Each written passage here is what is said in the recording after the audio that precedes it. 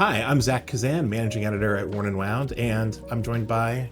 I'm Kat Shoulders, I'm the head of content. Zach Weiss, co-founder of Worn & Wound. Today we're going to be talking about our mutual love and appreciation for Grand Seiko and what got us into Grand Seiko and why the brand is special to us. Zach, you've got an array of Grand Seikos in front of you. Seikos, yes. I think it's fair to call you a Grand Seiko collector in earnest. I think that's fair. That's fair. When did Grand Seiko first kind of come on your radar? And tell us a little bit about your history with the brand. I mean, I think the first on my radar was just, back, I don't even know exactly when, but when the snowflake model was first maybe starting to get a little more collector buzz, but weren't really available widely yet. And that just, sort of turned me on to what Grand Seiko was, that there was this at least division of Seiko that was higher end. And in terms of my own personal collecting, what really drove me to this model here, this 44GS model, was actually the idea of spring drive. Really just got roots in my head. And I was just like, oh my God, that is so cool. There's nothing else like it. I love that it's mechanical, but highly accurate, but also different. And I kind of like that some people don't like it even because it has a quartz element to me. I don't know, I can't help but want to go the other way sometimes. And yeah, that started the hunt for a spring drive powered Grand Seiko. And then, basically a mix of wanting to Zaratsu and price point and everything led me to this actual watch. This has become just a regular wear for me. It's a wonderful, rugged timepiece. It really got me hooked. It got me hooked hard. Yeah. That watch is great because it captures so many of the different things that make Grand Seiko special all in one watch. Kat, you mentioned that you came to Grand Seiko specifically through a Worn & Wound review. How did the brand come on your radar, and why are they still special to you to this day? Yeah, several years ago when I first started getting into collecting and into the hobby, I probably read every article on Worn & Wound. This is not a plug, but I did. And back in the day, there was early on videos of the Grand Seiko SBGM 221 that I was very obsessed with, and I probably watched that video 20 times. But I became obsessed through Worn & Wound and through podcasts and listening to Joe. He was a guest on one podcast that explained how the spring drive movement worked, and like Zach mentioned, it was kind of an immediate obsession with the brand. And my first Grand Seiko was actually a 9F movement, which is one of my favorite movements that they do. It was a sports watch, but I kind of yearned for something a little bit more dressy. And then ended up buying the SBGM 221, super popular model, probably besides the Snowflake, I would say is one of their iconic models today. And that was the GMT, if you're not familiar with it. And that watch is a watch that I have. You owned it a few times. I've owned it a few times. I'm going to leave it at that. Currently do not own it, but there's something about the brand, there's something about these watches, and when they leave my collection, I immediately want them back in. And so the hunt starts all over again. But as of late, I've started to lean into their sportier models like you have, Zach, and these case designs that are incredibly sporty, but still elegant in a lot of ways. And there's just something really special about them. You alluded to the fact that you've had a bunch of Grand Seikos kind of come in and out of the collection. This is a new pickup for you. This is a new pickup. What specifically led to this one? This is the SBGA 439, and what led me to this watch was I wanted to add another spring drive to the collection. I missed having one in my collection, and then I immediately went online, started looking at the dial colors. They do sort of a champagne dial of this variant, and then this midnight blue, which honestly, I bought this watch from photos that I saw on Instagram. Zach Pena's actually, to be exact, because he caught the essence of the blue. Because when you look at it from far away, it's very much like a black dial watch. But when the light hits it just right, you do see that midnight blue color that Grand Seiko does. And there's nothing else like it. I'll say that. Yeah, it's really beautiful. This dial has some of the same appeal as the SBGA 469, which I own. It's a similar shade of blue, and also it's there's a subtlety to it. Mine has a texture to it. You can really only see it in certain shades. And I think with this color, or maybe even if you have a black dial, it allows the indices to mirror off of the reflection of the dial, and it's pretty amazing. And I think with Grand Seiko in general, I think I honestly prefer those darker colors to the lighter ones just because of that fact. Zach, you also have a blue dialed watch. That was your first Grand Seiko, the spring drive that you alluded to, but you've also got a couple of dressier pieces here. Kind of refresh our memory. How did these watches kind of come into your collection, and why do they remain in your collection still? So this is part of the Genbi Valley U.S. exclusive trio of limited editions. They did 3 colors 140 of each. I'm a big fan of green, as you may plainly tell. And when they came out with these, when they announced them, it was one of those times where I was like just super excited by the concept of it, the smaller watch case. It's a 37 millimeter watch, this just spectacular green. And I definitely had that like limited edition fever moment where it's like, I got to do it or I'm going to regret it forever. So I just pulled the trigger hoping that I would actually like the watch when it got to me.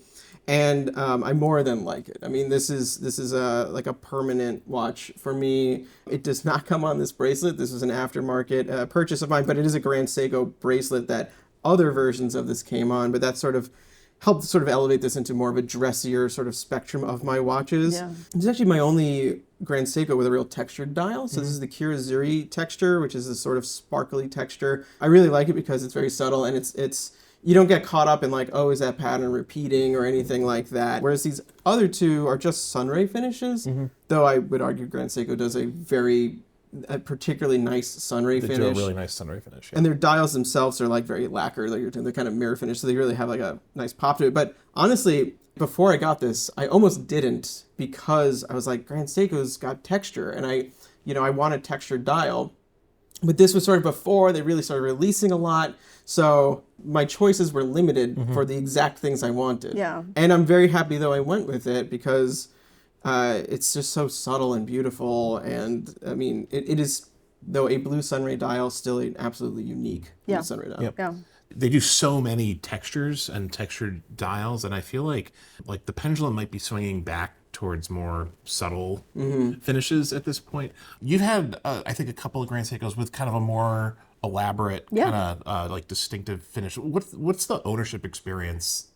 How does it compare with a more subtle dial like this versus a more complex kind of like texture forward dial? I've had several. In fact, the first 9F watch that I had, I believe it had G's for Grand Seiko, in a pattern dial. I feel like it takes away from the appreciation a little bit of the finishing, even though it's part of the finishing. And honestly, I'm looking for watches now in my collection that are leaning on more the simpler side, sports heavy side, just because that's what I gravitate towards a little bit more. These watches all are very much strap monsters in a lot of ways, and that's something I really, really like as well. I do appreciate those dials, but I honestly think for my personal collection, I'll be moving away from those with Grand Seiko because I don't know, I like the simplicity, and I like that I can focus on how sharp, the hands are and the finishing. And I mean, there's nothing else you see when you look at this watch but that, and I think that to me is Grand Seiko. I appreciate those other dials, but I found that I would just like to look at them more than wear them. And so that's always been a struggle for me with Grand Seiko. This is currently your only Grand Seiko. It is. I only have one Grand Seiko. Zach has...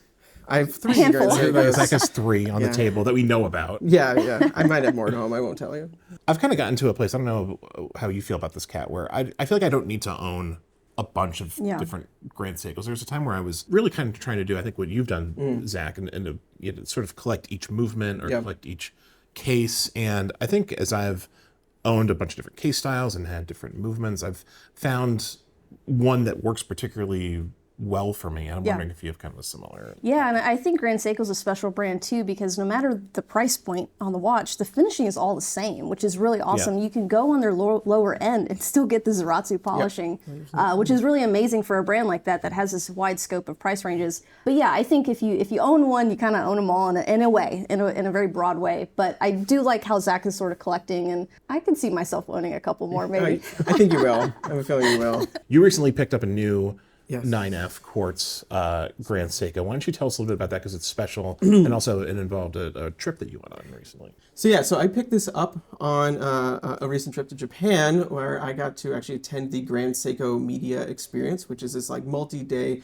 sort of whirlwind tour of the Seiko and Grand Seiko facilities in various places within Japan.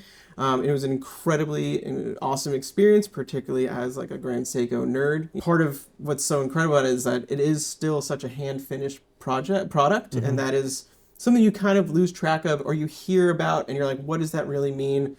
Each of these watch cases is held by hands that are moved through finishing stations, including the brushing. I mean, there's obviously machined elements, but all the finishing meticulous and handmade. But to make a long story short, the tail end of the trip ended up back in Ginza, and I knew I couldn't leave empty-handed. I admittedly tried to find something perhaps a little bit more modest in price, and I went to the Seiko store there, and but I really wanted something that I could only get there. And the selection that day just didn't quite click with me. So I went to actually their newest boutique in Tokyo called on Namiki Street, which is like where there's all these high-end luxury stores. And I picked up this watch, the SBGX 331, which is a Japanese domestic market model that I have had my eyes on for some time. Yeah. And the reason being is that it features a case from the Elegance collection that, at least in the US, is only used largely like the manual wound spring drive movements, and tends to just be a more expensive offering. So I'd say like north of $7,000. Beautiful, but just hadn't been in the market for that. Where this is a 9F model, same case, same level of fit and finish. But these are, say USD conversion, like maybe around $3,000. So really like entry product, but like you're saying, the finish to the exact same standards as the rest of them. And then it's my first 9F, and I agree. It's really fantastic knowing that I can pick this up at any moment. Yeah. It's more accurate than anything else in my collection. Yeah. And it's good to go. Yeah, it's a very special movement, and the dial is just absolutely gorgeous. Yeah, it's the beautiful. case too. So yeah, it's a very light silver dial. It's very subtle. I really enjoy wearing this. Just the profile on these cases. I mean, it just slips under a cuff. And that's a really big call out for me for Grand Seiko is the side profiles. They are my favorite of any brand. I'm someone that loves to look like at a side profile on people's wrists, including my own.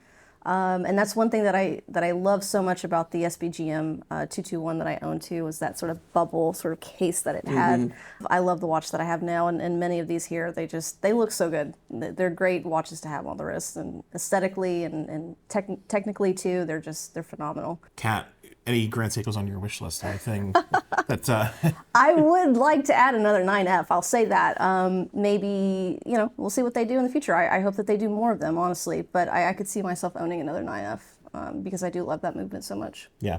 I would really like a 9SA5 powered Grand Seiko at some point. I think that's a very special movement, and just waiting for the right one, the right combination, right opportunity to come along. Yeah, I agree. So like I feel like to collect them, I want to get everything a little bit different. So I've spring drive, kind of their most simple mechanical at 28,000 beats per hour mechanical, and then the 9F. Yeah. That leaves room for GMTs. Yeah. That leaves room for high beats, and it also leaves room for 9SA5s, which I feel like high beat, but it's its own thing. It's its own escapement. It's this whole other thing. I particularly like the dark birch because it's titanium. Yeah, that's a really the night birch is night that? birch. Whatever it is. It's, I love that watch.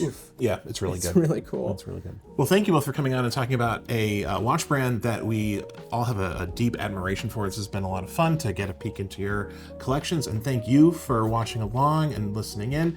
We would love to know about your thoughts on Grand Seiko, the Grand Seikos that you own, have owned, would like to own in the future. So please feel free to leave those thoughts in the comments and like and subscribe, and stay tuned for more videos soon.